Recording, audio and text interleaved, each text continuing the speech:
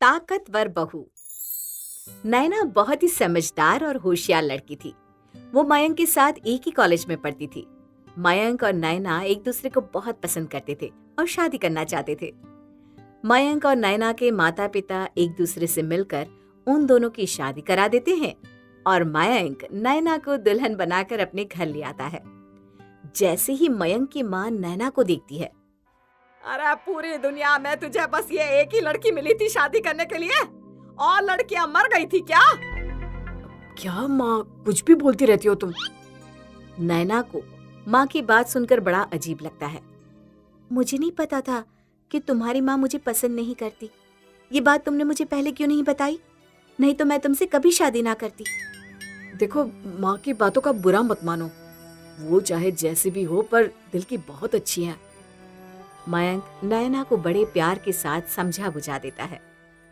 नैना दिखने में तो दूसरी लड़कियों की तरह ही थी, पर थी एकदम पहलवान की तरह। इसी वजह से मयंक की माँ को नैना बिल्कुल भी पसंद नहीं थी। उसकी मुंह दिखाई की रस्म थी तो पड़ोस की कुछ औरतें मयंक के घर आती है और वो नैना को देखकर कहने लगती है, मयंक की माँ, बहू तो तुम चुनकर लाई हो, लाखों में एक, बिल्कुल अलग, एकदम छांट कर। फिर सारी औरतें मुंह बंद करके हंसने लगती है। हाँ सही में तुम्हारी बहू को देखकर कोई नहीं कहेगा कि वो खाते पीते घर की नहीं है। मयंक की माँ उन औरतों की बात काटते हुए कहती है, अच्छा अब तुम सब ये बातें छोड़ो, मैं तुम लोगों के लिए चाय नाश्ता लेकर आती हूँ। मयंक की माँ, हम खूब समझते हैं, चाय नाश्ता तो हमारी बात काटने का बहाना है। अरे नहीं, ऐसी कोई बात नहीं है। मयंक की माँ नैना को इसलिए पसंद नहीं करती थी क्योंकि वो एकदम हट्टी कट्टी लड़की थी जो दिखने में किसी आदमी से कम नहीं लगती थी, जबकि मयंक एक दुबला पतला लड़का। अब तो मयंक को देखकर उसके दोस्त भी उसका मजाक उड़ाने लगे थे। मयंक अपने ऑफिस में काम कर रहा था, तभी मयंक के दोस्त उसके पास आते हैं। और मयंक, कैसा है? तेरी बीवी ठीक तो है ना?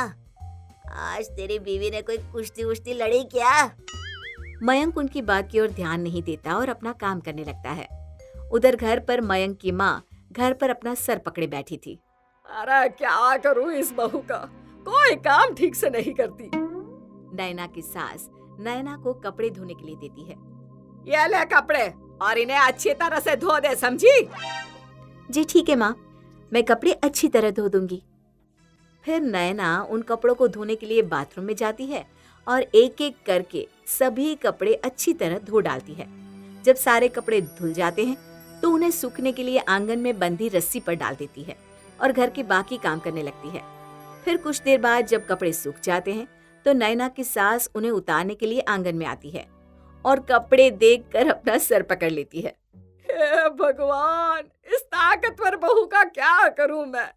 इसने तो एक भी कपड़ा पहनने लायक नहीं छोड़ा। वो नैना को आवाज लगाती है, नैना, अरे ओ नैना। क्या हुआ माँ जी, सब ठीक तो है ना? अरे ये देख कपड़े, अब ये कपड़े ना तो पहनने लायक है और ना ही किसी और काम के। बहू, ये कपड़े हैं, कोई लोहे की सिल्ली नहीं जो तू इन पर अपनी ताकत दिखा रही थी। अरे कितनी बार कहा है काम को काम की तरह करा कर, पर तू है अपनी पूरी ताकत काम पर निकाल देती है। समझती ही नहीं कुछ, क्या करूं तेरा मैं? जैसे ही मयंक आता है, मयंक की माँ सारे फटे कपड़े दिखाती है। ये देखिए, तेरी लाडली बीवी ने क्या हालत कर दी है इन कपड़ों की। माँ, धीरे धीरे सब सीख जाएगी। अरे तुझसे तो कुछ कहना ही बेकार है, अब पहन ये फटे कपड़े। मयंक की माँ पैर पटकते हुए वहां से चली जाती है। फिर नैना भी रसोई में जाकर खाना बनाने लगती है। खाना बनकर तैयार हो जाता है तो वो अपनी सास और मयंक को खाने के टेबल पर बुलाती है। खाना लग गया है, जल्दी से आकर खाना खा लीजिए, नहीं तो ठंडा हो जाएगा। मयंक और उसकी माँ खाना खा लेते हैं और अपने अपने कमरे में सोने चले जाते हैं।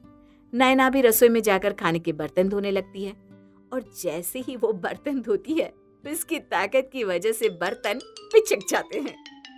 हाय राम, ये क्या, सारे बर्तन पिचक गए। अब तो माँ जी मुझे नहीं छोड़ेंगी। फिर नैना उन बर्तनों को छोड़कर चुपचाप जाकर सो जाती है। अगली सुबह जब मयंक की माँ चाय बनाने के लिए रसोई में जाती है तो बर्तनों को पिचका हुआ देखकर उसका सर चकरा जाता है। ये बहू ने तो सारे बर्तनों का नाश कर दिया। अब तो मयंक की माँ को ये सब सहने की आदत सी पड़ गई थी। एक दिन की बात है, नैना घर का कुछ सामान खरीदने जा रही थी। तभी कुछ गुंडे नैना की सास की गर्दन पर चाकू रख देते हैं। ए बुढ़िया, जितना भी तेरे पास सोना और कीमती सामान है सब निकाल। मैं अपना सामान नहीं दूंगी। ए बुढ़िया, तुझे अपनी जान प्यारी है तो चुपचाप सामान निकाल कर हमें दे दे। बुढ़िया रोते हुए अपने गले से चेन निकालकर गुंडों को देने लगती है।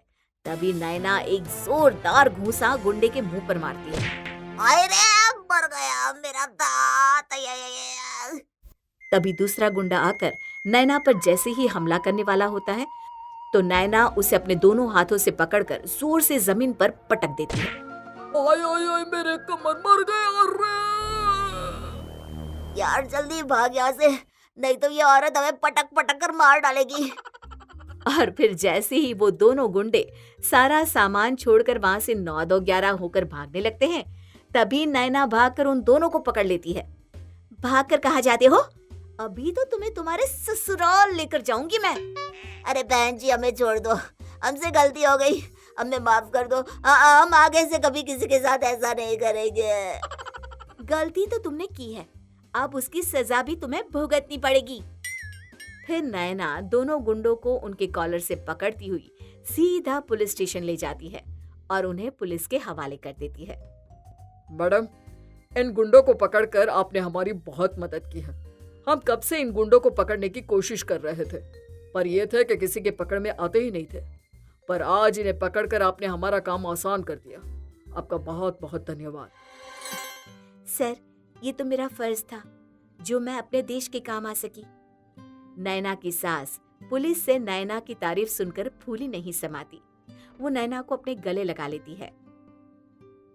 मैं ही तुझे समझ नहीं पाई, पर आज तेरी ताकत की वजह से मेरी आंखें खुल गई। मुझे माफ कर दे बहू, मैंने तुझे पहचानने में भूल कर दी। नहीं नहीं माँ जी, आप ऐसा क्यों कह रही हैं? अगर आज तू ना होती तो ये लोग सामान तो ले ही जाते हैं, पर शायद मुझे भी मार डालते। आज तूने मेरी जान बचा ली और साथ में सारा सामान भी उन गुंडों से बचा लिया। आज तेरी ताकत की वजह से तू उन गुंडों को पकड़ पाई। अरे मुझे तुझ पर नाज है बहू। नैना अपनी सास के मुंह से अपनी तारीफ सुनती है तो उसकी आंखों में आंसू आ जाते हैं। तू रो रही है क्या पगली? नहीं माँ जी, ये तो खुशी के आंसू है। आजा मेरी बेटी, अब मुझे तुझसे कोई शिकायत नहीं है।